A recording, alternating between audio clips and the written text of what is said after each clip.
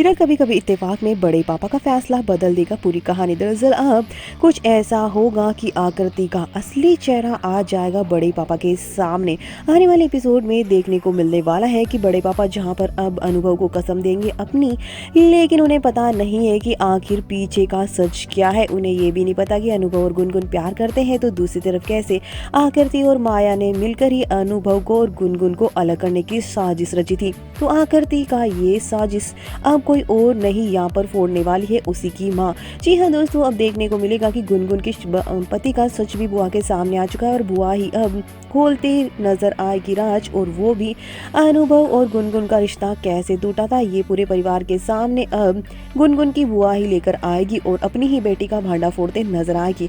जिसके बाद में बड़े पापा को बहुत पछतावा होगा कि उन्होंने आकृति का साथ देने के लिए कितना बड़ा पाप कर दिया और अनुभव को अपनी कसम दे दी। लेकिन अब बड़े पापा ही अपनी कसम को तोड़ते नजर आएंगे और अनुभव के हाथ में अनुभव का और गुनगुन को साथ लाने के लिए एक दूसरे का हाथ उनके हाथ में दे देंगे।